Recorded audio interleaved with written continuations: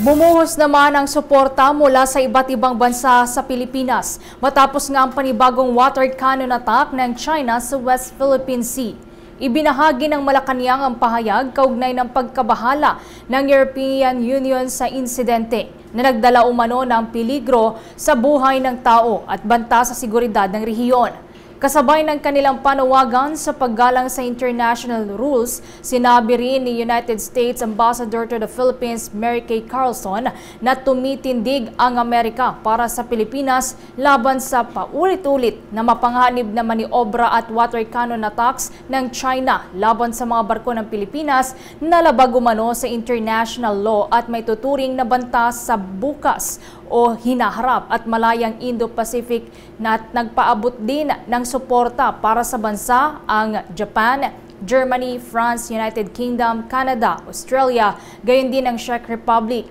Denmark, Finland, Hungary, Italy, South Korea, the Netherlands, New Zealand, Poland, Romania, Spain at Sweden. Mababatid nga na 3 sundalong Pilipino ang nasaktan sa pambobomba ng tubig ng China Coast Guard sa Filipino vessel nang maghatid ito ng supply sa barko ng Philippine Navy doon sa Ayungin Shoal.